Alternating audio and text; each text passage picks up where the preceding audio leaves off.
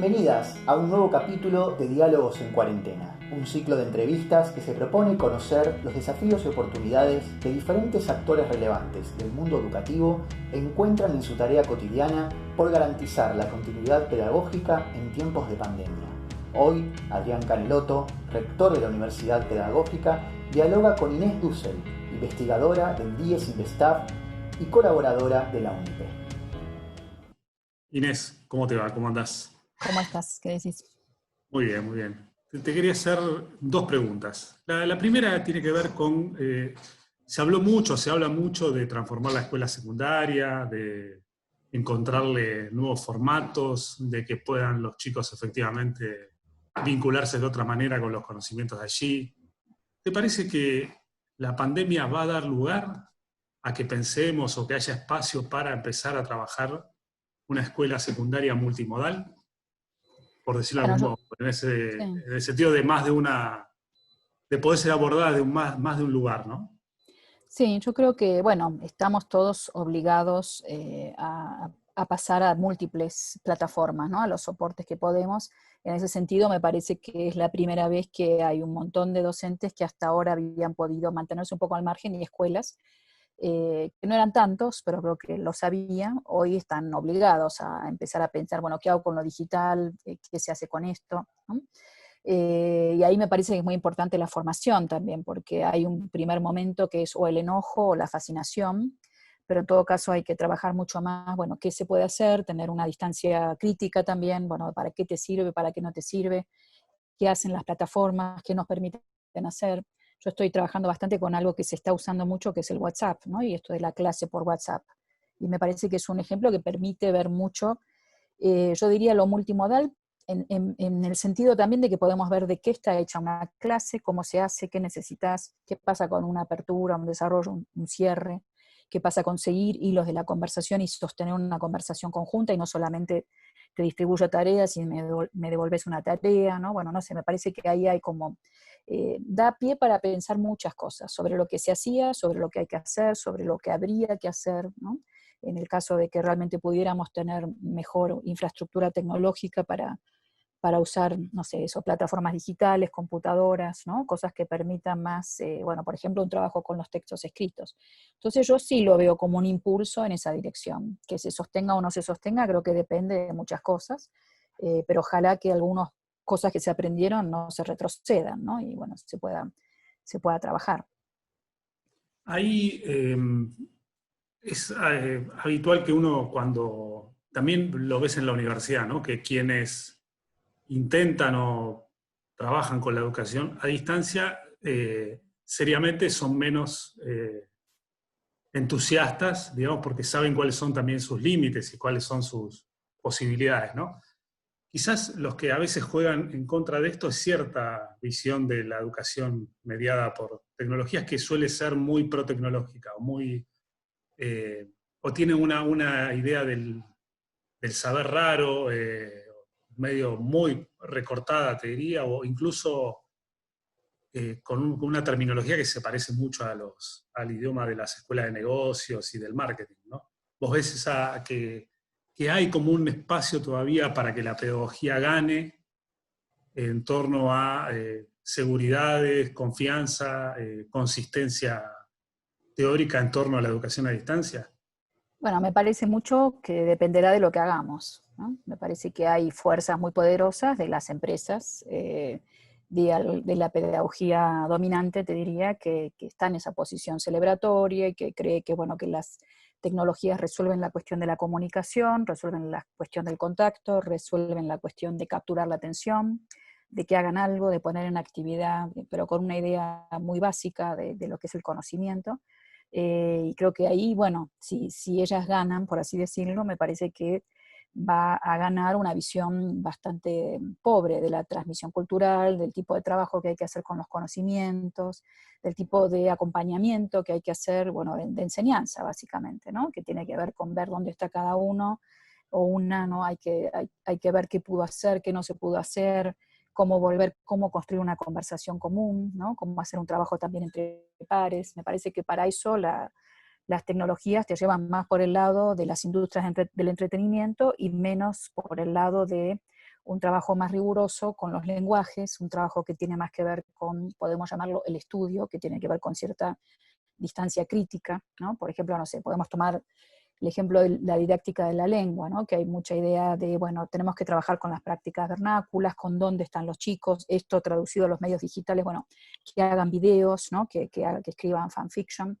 Bueno, también necesitan en algún momento, no digo que sea el primer paso, no es la puerta de entrada probablemente, pero tener una relación con la lengua que les permita entender que tiene reglas, que tiene una historia, que tiene, ¿no? Como que además conozcan distintos tipos de uso, y bueno, qué sé yo, esto que algunos escritores escriben así, otros escriben así, no sé, usan el vocabulario de cierta manera, usan la sintaxis, la quiebran, la respetan, etcétera, ¿no? Todo eso te lo da un trabajo mucho más sistemático con la lengua que el simplemente hago lo que me sale, lo que puedo, o lo primero que veo en YouTube, ¿no? Me parece que muchas veces las pedagogías de los medios digitales tienen este problema asociado, yo diría, a una comprensión bastante superficial y pobre del constructivismo, de que hay que ir a donde están los chicos, y entonces, bueno, ¿no? Nos quedamos con eso, se divirtieron, participaron, crearon, qué divertido, qué lindo, y no hubo un mayor trabajo, un mayor desafío intelectual, ¿no? Parece que el punto fuerte es que la escuela sea un espacio de desafío intelectual. Y para mí, no sé, estos días estoy trabajando bastante la noción esta de conocimiento, de Latour y de otra gente, no sé, de historiadores de la ciencia, y ellos lo asocian mucho a una idea de viaje o recorrido, una metáfora que en la pedagogía es viejísima, digámoslo, pero bueno, esta idea para mí sigue siendo muy fuerte, ¿no? Muy interesante. Bueno, vos partís de un lugar y llegás a otro. No es que te hago, no sé, te enseño a subir videos a YouTube cuando lo sabés hacer, probablemente desde los 7 años hoy en día, y si no lo sabes hacer, lo aprendes en un minuto. La escuela no está para eso. En todo caso, te lo enseña en un minuto y sigue enseñándote otras cosas respecto a YouTube, y no a subir un video en YouTube, ¿no?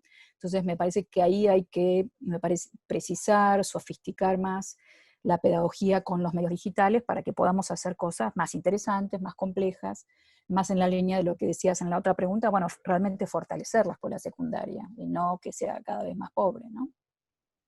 Una última pregunta. Sé que estás trabajando con algunos países de Europa en investigaciones.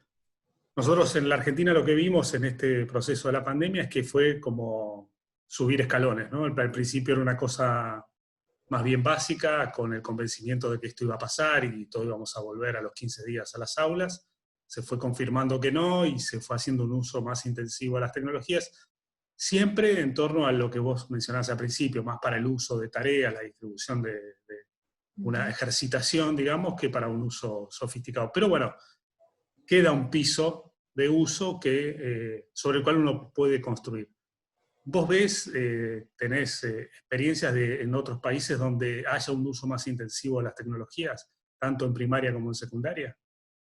Eh, sí y no, te diría, ¿no? No sé, por ejemplo, Alemania, que conozco un poco más, no son muy pro-tecnológicos en las escuelas. Y la verdad es que ahí, bueno, ellos ya están volviendo, ya volvieron en muchos casos, tienen otras discusiones que respecto a esa vuelta y la organización de la distancia física, pero no están muy enamorados de las tecnologías y de que eso va a resolver un montón de cosas que quizás en otros países sí se ve así, ¿no? En Francia creo que también ha habido mucha flexibilidad en el uso, ¿no? de las tecnologías. Lo que pasa es que hablamos de países donde hay de base en el piso un 90-95% de hogares que tienen computadora en la casa, que tienen conectividad, entonces bueno, es una situación muy diferente. Si la usan o no la usan tiene que ver con otras cosas, ¿no? Quizás Estados Unidos es un país donde sí hay mucha más confianza en lo tecnológico, pero lo que ellos reportan también es que tienen un 30-40% de chicos que no se conectan, ¿no?